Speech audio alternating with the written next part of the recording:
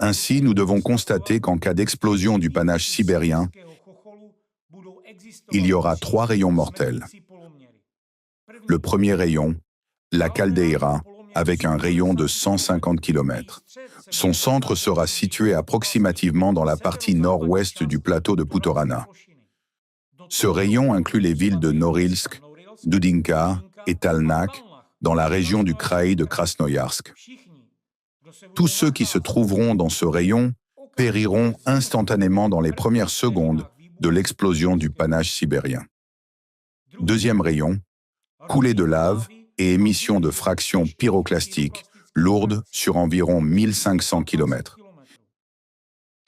Cette zone couvre une grande partie du nord de la Sibérie, incluant les territoires du district autonome de Yamalo-Néné, de la péninsule de Taïmyr, une partie du district autonome des Khantis-Mansis, du nord du kraï de Krasnoïarsk, de la partie ouest de la Iakoutie et du nord-est de la partie européenne de la Russie.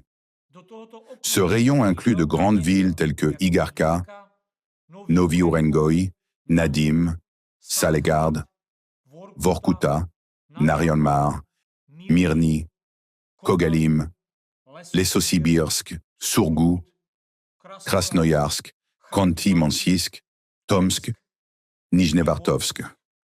Dans ce rayon, la lave et les flux pyroclastiques brûleraient toute vie et enterreraient le territoire, les villes et les ressources naturelles dans les premières heures de l'éruption, car le mélange de gaz chaud, de cendres et de lave se déplacerait à une vitesse pouvant atteindre 700 km/h. Regardez la carte. Dans le cercle orange, tout sera brûlé par la lave en fusion et les pyroclastiques dans la première heure et demie après l'explosion du panache. Troisième rayon, émission de matériaux pyroclastiques de petites fractions et de cendres mortelles sur environ 9000 km. Ce rayon couvre la moitié de la surface de la Terre, représentant 50% de sa superficie.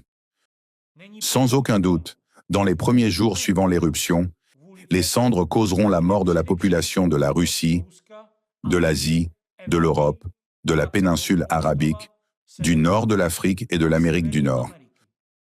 Cependant, une semaine plus tard, les cendres mortelles atteindront également l'Australie, l'Amérique du Sud et même l'Antarctique.